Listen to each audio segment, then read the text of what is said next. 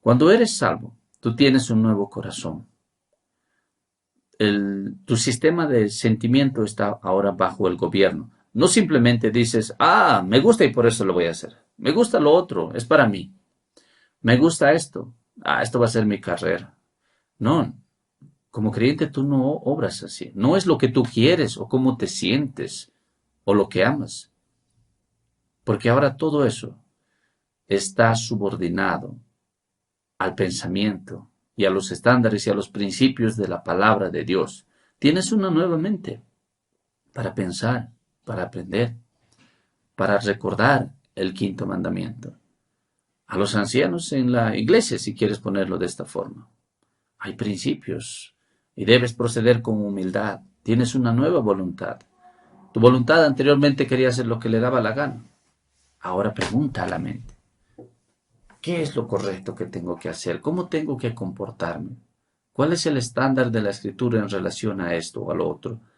Tú vienes del desorden al orden y tu forma de pensar entera cambia. Ya no eres más un orgulloso que confías en ti mismo, un autocomplaciente. Te dices a ti mismo, no, yo tengo que dar respuesta a Dios. He sido convertido a Cristo.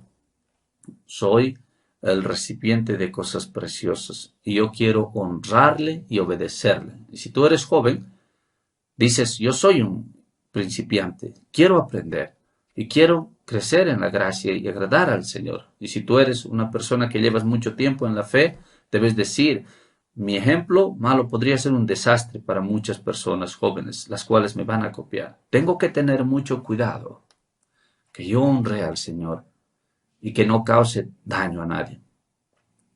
Ahora es verdad que en Jerusalén, de donde yo tomé este modelo, algunos de los miembros de la iglesia cristiana, no se dice acá, pero más después, algunos de estos se enfurecieron de que ellos tendrían que honrar a los gentiles convertidos y no les gustó esto.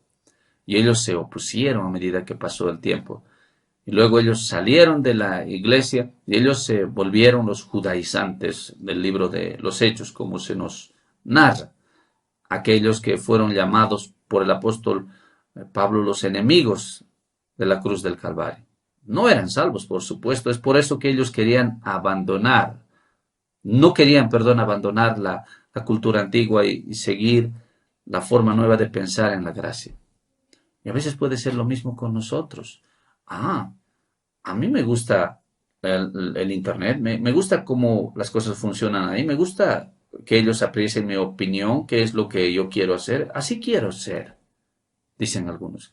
Pero ten cuidado, porque puede ser que tú estés estancado en la fe o que nunca tal vez has encontrado al Señor.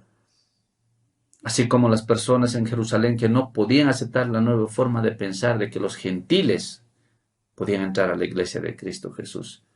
Es porque tu corazón está endurecido o tal vez no has sido convertido a Cristo. Que no se te ha dado ese deseo de agradarle y servir al Señor. Esta es una marca de gracia. El que nosotros estemos listos a dejar la cultura en lo que está erróneo. Y en toda cultura terrenal hay cosas erróneas. Hay cosas erróneas en la cultura inglesa, de la cultura americana, la cultura africana. También hay cosas buenas, pero hay muchas cosas erróneas en la cultura africana. Y estas cosas, si entra en conflicto con la palabra de Dios, la cultura de cualquier país, entonces las abandonamos y decimos, yo soy responsable ante Dios. Bueno, voy a hablar de mi segundo encabezado ahora. Está en el versículo 19. Vamos a hablar de cómo actuar. Ahora, bien, los que habían sido esparcidos a causa de la persecución que hubo con motivo de Esteban, pasaron hasta Fenicia, Chipre y Antioquía, Antioquía de Siria, como unos 320 millas al norte de Jerusalén, a una ciudad pagana. Habían judíos allá. Entonces ellos querían predicarles a los judíos. Evidentemente esta era su intención, pero la mayor parte de la gente en Siria de Antioquía eran paganos. Eran como una ciudad de 500,000 de personas, muy grande ciudad en ese tiempo. Se dice que era la ciudad tercera más importante imperio romano. Pero no hablando a nadie la palabra, sino solo a los judíos. Y ellos tuvieron un tipo de accidente, del cual leemos en el versículo 20. Pero había entre ellos unos varones de Chipre y Cirene, los cuales cuando entraron en Antioquía hablaron también a los griegos anunciando el evangelio del Señor Jesús. Cuando hablamos de los de Antioquía eran los que hablaban griego y les predicaron del Señor Jesucristo. Versículo 21, y la mano del Señor estaba con ellos. Así es como ellos fueron convertidos, porque la mano del Señor estaba envuelta. Si la mano del Señor lo hace y convierte, si el Espíritu Santo regenera los corazones, inclina las voluntades, entonces sin duda va a haber convertidos. La mano del Señor estaba con ellos y gran número creyó. Este lenguaje es similar que en otras partes se traduce como una gran multitud, que tal vez se queda en nuestra mente mejor. Y gran número creyó y se convirtió al Señor. Y en el versículo 22, llegó la noticia de estas cosas, no por accidente, sino por mensajeros, porque esto era algo extraordinario. Llegó la noticia de estas cosas a oídos de la iglesia que estaba en Jerusalén. Y ellos recibieron y aceptaron esto, de que los gentiles habían sido convertidos. Estaban alegres, no cambiaron de opinión, porque cuando ellos escucharon estas nuevas, estaban felices. Pero no se menciona a ningún apóstol en el versículo 22. No menciona a los apóstoles. Lucas tiene siempre cuidado de mencionar a los apóstoles en sus narrativas, pero acá no les menciona. Entonces asumimos que los apóstoles estaban fuera de la ciudad. No estaban en Jerusalén cuando las buenas nuevas vinieron de que en Siria, de Antioquía, un gran número de gentiles paganos habían sido convertidos por medio de la predicación de Cristo en el lenguaje griego. Y ellos, los de la iglesia en Jerusalén, por supuesto que en este tiempo ya había ancianos en la iglesia, sabíamos que había diáconos, seguro que también había ancianos, porque leemos de ellos más después. De seguro que acá hay un liderazgo en la iglesia que actúa aunque los apóstoles no están en la ciudad. Y aquellos de la iglesia, esto ha sido hecho en el nombre de la iglesia, enviaron a Bernabé que fuese hasta Antioquía. ¿Podrías traducir esto mejor para entender el sentido del original? Que él fue hasta Antioquía. Bernabé, que fue un camino largo en esos tiempos. Y Bernabé fue enviado. Vamos a dejar por ahora el versículo 33, pero quiero que veas el versículo 24. Bernabé le fue bien, pero él fue enviado porque era varón bueno. Ahora, la palabra griega de bueno acá es una palabra elástica que se adapta a la situación. Y la situación acá es un llamado a ministrar en la ciudad de Siria, de Antioquía. Entonces lo que significa es que él, Bernabé, era bueno para la tarea que se le asignó. Debes entender esto. No significa que él era un buen hombre o que era una persona agradable. De seguro que fue, que era, sino que significa que él fue una elección buena. Le eligieron sabiamente. Él era el hombre para el trabajo. Este es el sentido en el cual la palabra bueno es utilizado acá en el versículo 24. Sabemos que él era un hombre bueno. Él estaba entre los primeros que donaron para la iglesia. Bernabé era tan dedicado que vendió su propiedad en Jerusalén para darlo a la iglesia. Sabemos esto por los registros anteriores. Sabemos que él viajó predicando, obviamente comisionado y enviado por los apóstoles. Entonces, él fue una elección buena. Por supuesto, fue una elección buena que le eligieran a Bernabé, porque él hablaba griego, él conocía a la gente en esas regiones donde fue enviado.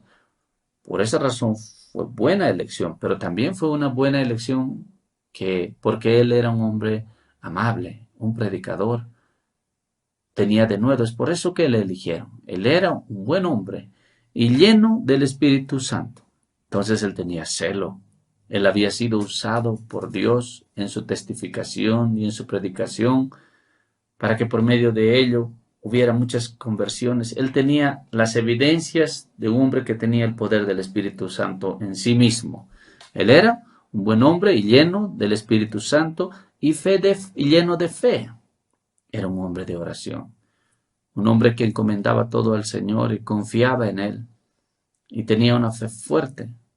Era el hombre que debía ser enviado hasta Siria de Antioquía. Este es el punto. Primero hemos visto cómo es que los cristianos, aunque ellos fueron influenciados profundamente por una cultura errónea, cómo es que ellos cambiaron y empezaron a pensar como cristianos. ¿No es esto maravilloso? Que los gentiles serían convertidos y serían igual que nosotros, los judíos convertidos, y nosotros les abrazaremos como hermanos y hermanas en la fe. Y a ellos se les había dado arrepentimiento para vida, y nosotros alabamos a Dios y glorificamos a Dios. Entonces los judíos convertidos aprendieron a pensar, y también ellos aprendieron a actuar.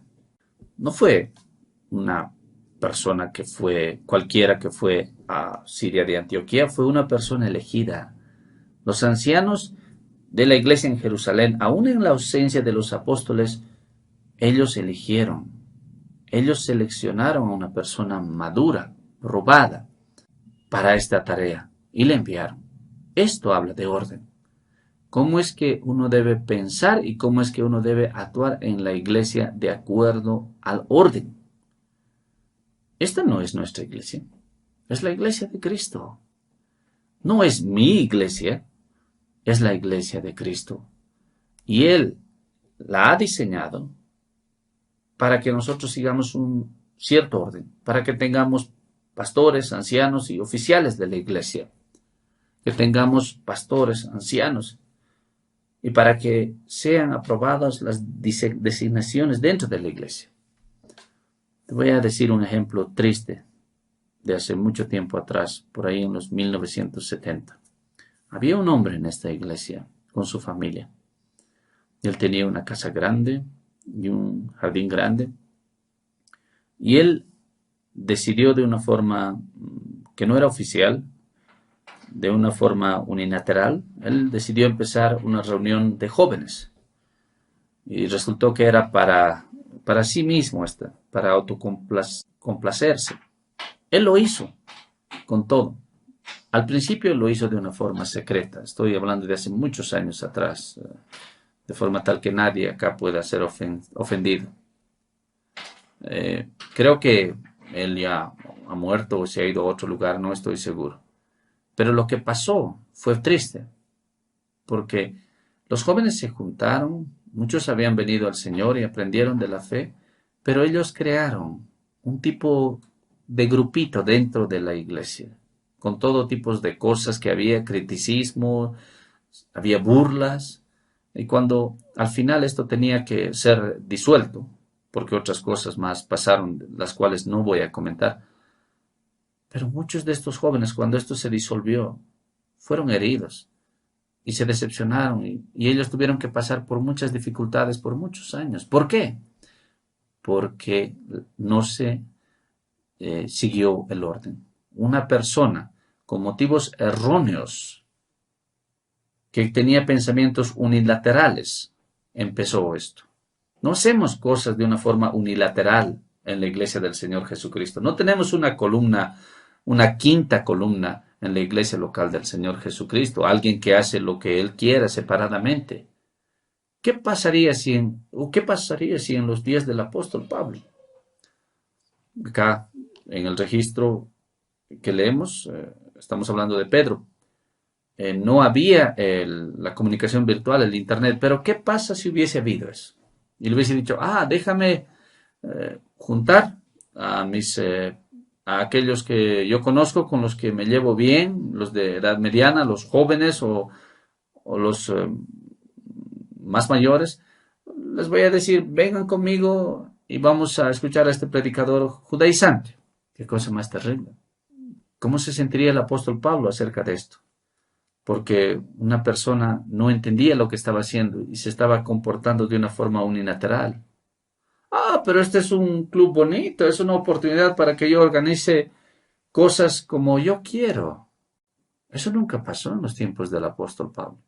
Si Bernabé quiso ir a Siria de Antioquía, aunque la escritura no lo menciona, él no se eligió a sí mismo, la iglesia lo envió porque el orden se tomó en cuenta. Y así es como las cosas deben ser hechas en la iglesia. Yo no me digo a mí mismo, no te preocupes por eso. Los ancianos de la iglesia, los diáconos y demás, el mandamiento quinto que dice debo honrarles. No, no, no, yo me considero a sí mismo como una persona buena para este trabajo, lleno del Espíritu Santo. Esa es una actitud orgullosa. Hábil y lleno de fe creo que soy yo. Yo voy a hacer algo.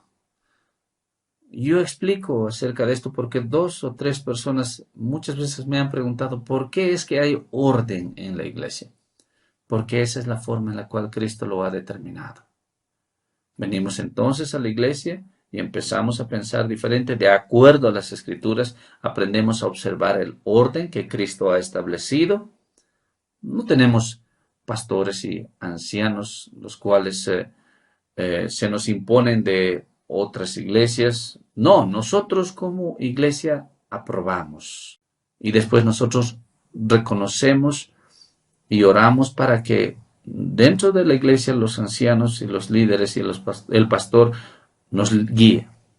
Somos personas hospitalarias. Por supuesto que podrías tener una persona o un grupo de hermanos pequeño y brindarles hospitalidad, sentarse, conversar de las cosas de la fe, pero reuniones grandes, no, eso es lo que la iglesia debe determinar, no nosotros mismos, y ese es el estándar de acá. Mi tiempo ha pasado muy rápido, pero por favor mira al versículo 25.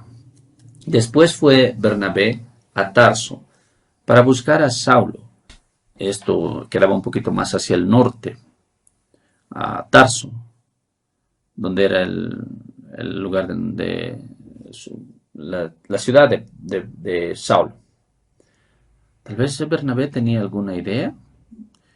Uy, qué hermoso sería que yo pueda estar acá con Saulo. Yo lo voy a hacer de esta forma. Yo voy a dirigirme a Pablo. No, él no pensó de esta forma porque en capítulos previos él sabía todo acerca de Saulo. Porque él fue quien introdució a Saulo a la iglesia de Jerusalén después de que Saulo fue salvo. Bernabé sabía que Saulo tuvo la visión en la cual Dios le dijo que él sufriría por la fe. Entonces Bernabé estaba obedeciendo a Dios. Diría él, la primera iglesia gentil es la voluntad de Dios que Saulo esté acá, porque él no los declara de esa forma. Entonces, cuando ves el Nuevo Testamento, la gente no está haciendo lo suyo, no están tomando su propia iniciativa, no están siguiendo sus ideas brillantes propias, no, están observando lo que Dios ha declarado y están actuando como iglesia y están haciendo estas cosas de una forma apropiada. Y así el versículo 26 dice, y se congregaron allí todo un año con la iglesia y enseñaron a mucha gente y a los discípulos se les llamó cristianos por primera vez en Antioquía. Qué nota histórica más maravillosa. Algunas personas dicen que el término cristiano se les fue dado de afuera de la iglesia como un término de desprecio. Y tal vez puede haber algo de verdad en eso, aunque no podemos probarlo del todo.